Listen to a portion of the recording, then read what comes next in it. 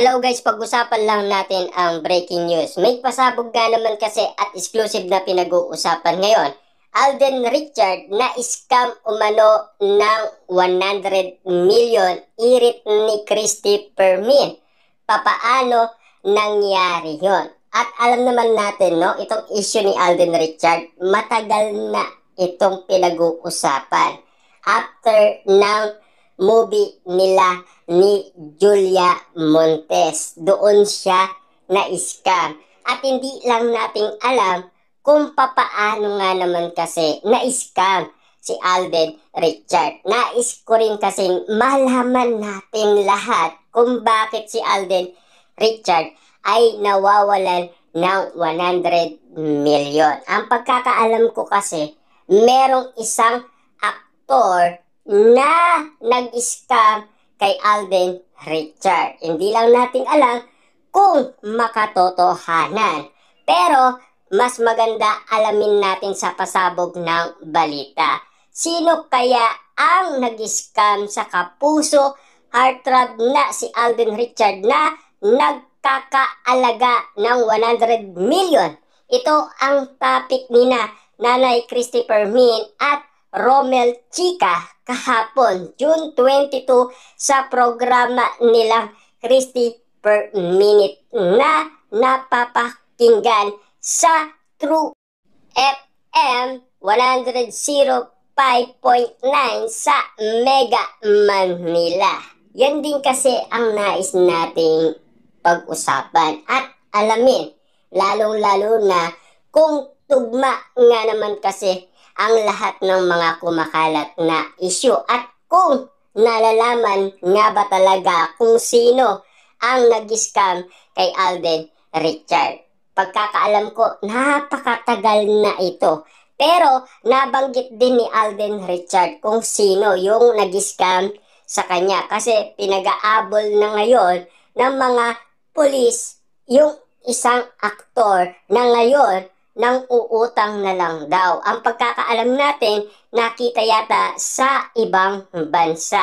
Ilang araw pa lang nakakalipas ay nabanggit na ito ng CFM host na may matinding pinagdadaanan si Alden Richard last year.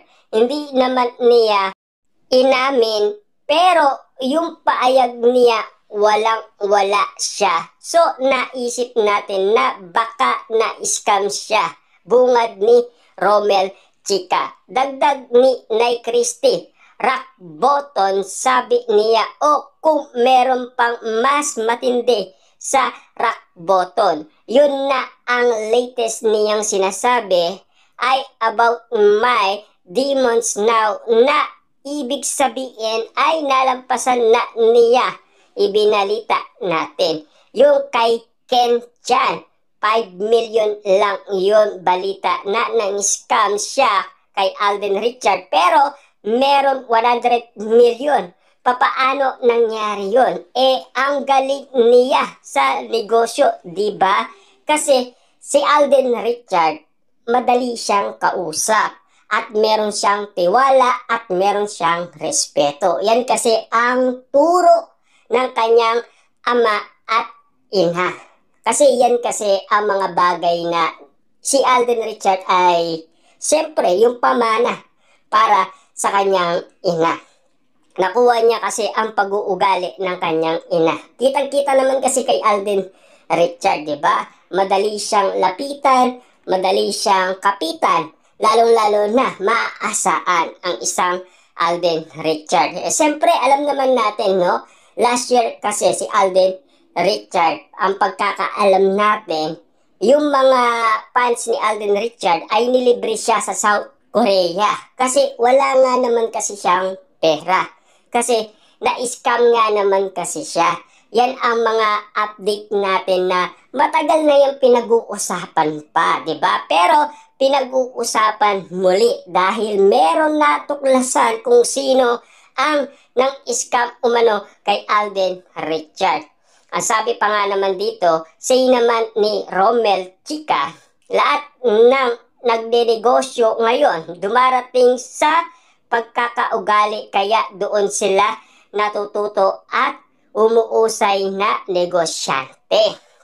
Dagdag ni Romel, kasabay nun nagpagtitiwala sa kaibigan mo, nagloko na ako sa pera, naloko pa ako sa kaibigan, lahat ay iyon ang pinaka masakit.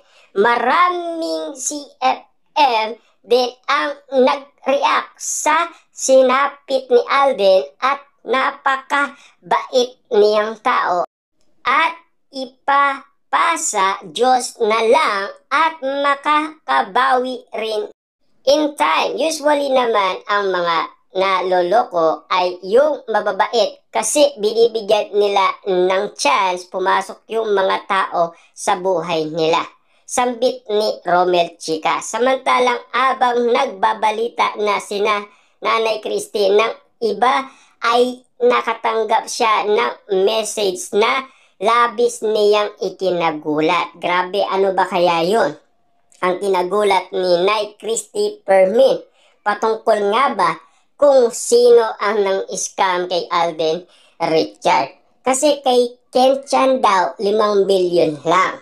Siyempre, alam naman natin kasi, mabait nga naman kasi itong si Alden Richard. Kahit na matalik mong kaibigan, kaya kang lokohin. Siyempre, kaya nga naman dapat, ingat na ingat ka rin. Siyempre, hindi lang naman kasi ang pag-uugali ni Alden Richard. Siyempre, super bait yan. At lalong-lalo na ngayon, si Alden Richard lalong umuusay ngayon sa pagninegosyo. Lalong-lalo na, marunong na siyang kumapit umano sa mga dapat niyang pagkakatiwalaan at lalong-lalo na yung lalapitan. Hindi tulad noon, talagang bagsak na bagsak umano si Alden Richard. Papaano nga naman kasi, malaking pera ang nawala umano kay Alden Richard, 100 million.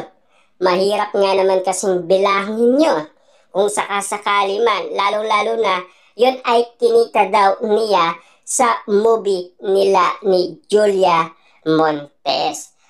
Ako kinilabutan, alam mo na kung saan lumipad yung 100 million. Maraming salamat sa nag-text sa amin. Thank you so much. Ay, ito pala yun. Nag-ano kay Alden. Abang nakatingin sa cellphone, scam nga. Ay, nako, wika ni Nay Christy. Bukas ang bandera sa panig ni Ken Chan kung isa ba siya sa nakairam ng malaking alaga kay Alden Richard. Na alam naman natin kasi madaling lapitan ang isang Alden Richard. Lalo-lalo na sa experience ngayon ni Alden.